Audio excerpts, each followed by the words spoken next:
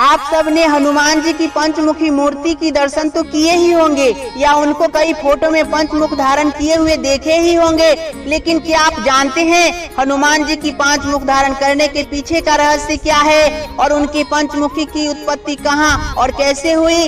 अक्सर लोग पंचमुखी हनुमान जी की स्पेशल पूजा पाठ करते हैं तथा करवाते हैं। पंचमुखी हनुमान जी की उपासना या पूजा पाठ करने से क्या फायदा होता है, पंचमुखी हनुमान जी के पांच मुख से हमें क्या क्या जानकारी मिलती है, चलिए इसी बातों पर चर्चा करते हैं। दोस्तों, राम और रावण का युद्ध हो रहा था। राम जी के सेनापति तथा राम जी रावण पर भारी पड़ने लगे तो रावण सोचा इस तरह तो ये नर और बानर मेरा मूल नाश कर देगा, मेरा पराजय हो जाएगा। इसलिए उसने अपने भाई अहिरावण से सहायता मांगा।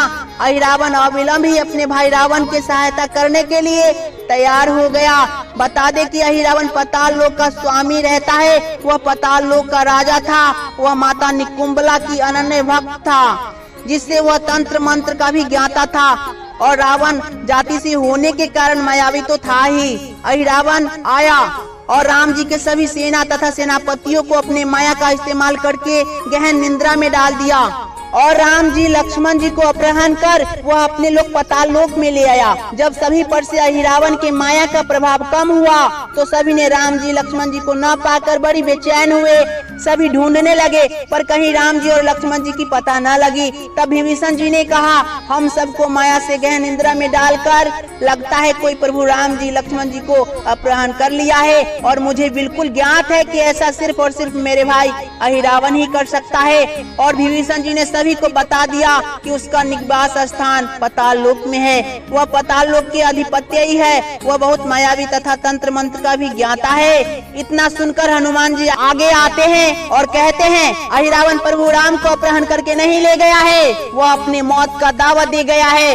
अब अहिरावण का अंत निकट है। मैं अभी जा रहा हूँ पाताल लोक और प्रभु राम भैया लक्ष्मण को अहिरावण से मुक्त करा कर लाता हूँ। हनुमान जी की ये उत्तेजना पूर्ण बात सुनकर विभीषण जी कहे, भक्त शिरोमणि हनुमान जी, मैं जानता हूँ आप दुर्लभ से दुर्लभ कार्य बड़ी सहजता से कर लेते हैं, पर अहिरावण को मारना इतना आसान भी नहीं है। अहिरावण की मृत्यु का एक राज है जो अभी तक कोई नहीं जान पाया है, इसीलिए अहिरावण को मारना बड़ी कठिन बात है। आप जाइए पाताल लोक, लेकिन सजग होकर जाइएगा, अपने बुद्धि चातुर्य का इस्तेमाल कीजिएगा, तभी आप अहिरावण पर विजय प्राप्त कर सकते हैं। हनुमान जी अब उड़ चले पाताल लोक के लिए। पाताल लोक में पहुंचते ही उनका भेंट पाताल लोक के रक्षक मकरध्वज से हो जाती है। मकरध्वज से हनुमान जी की मुठभेड़ हो जाती है, युद्ध होने लग जाती है, पर मकरध्वज की मां की वहां आने के कारण युद्ध समाप्त हो जाता है और हनुमान जी को यह ज्ञात होता है कि वह जो मकरध्वज है उनका ही पुत्र है। अब पुत्र और पिता के नाता जानने के कारण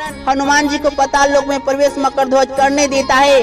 पाताल लोक में प्रवेश करते ही हनुमान जी देखते हैं 5 दीपक 5 जगह पे जल रहा है और वही दीपक से सारा पाताल लोक रोशनी प्राप्त कर रहा है। फिर आगे जाते हैं तो देखते हैं कि राम जी लक्ष्मण जी अचेत अवस्था में पड़े हुए हैं, जो कि अहिरावण आज ही उन दोनों की बलि देने वाला रहता है। हनुमान जी पाताल लोक में भ्रमण करते हुए एक कन्या को देखते हैं जो कि अहिरावण बलपूर्वक उसको वहां रखे हुआ था। वही कन्या अहिरावण की मृत्यु की राज हनुमान जी को बताते हैं कि ये जो 5 दीपक 5 जगह पे जल रहा है, अगर इस 5 दीपक को एक साथ बुझाया जाए तो अहिरावण की मृत्यु हो सकता है। अब अविलंब ही हनुमान जी श्री राम को याद किए और पंचमुख रूप धारण किए। पहला मुख बानर का जो कि वे स्वयं रहते हैं, दूसरा मुख हैग्रीव का, तीसरा मुख नरसिंह अवतार का और चौथा मुख ब्रह्म अवतार का, पांचवा मुख गरुड़ का। अब वे 1 से 5 बन गए और जाकर 5 अवतार 5 दीपक को एक साथ बुझा दिए, जिससे अहिरावण की मृत्यु हो गया।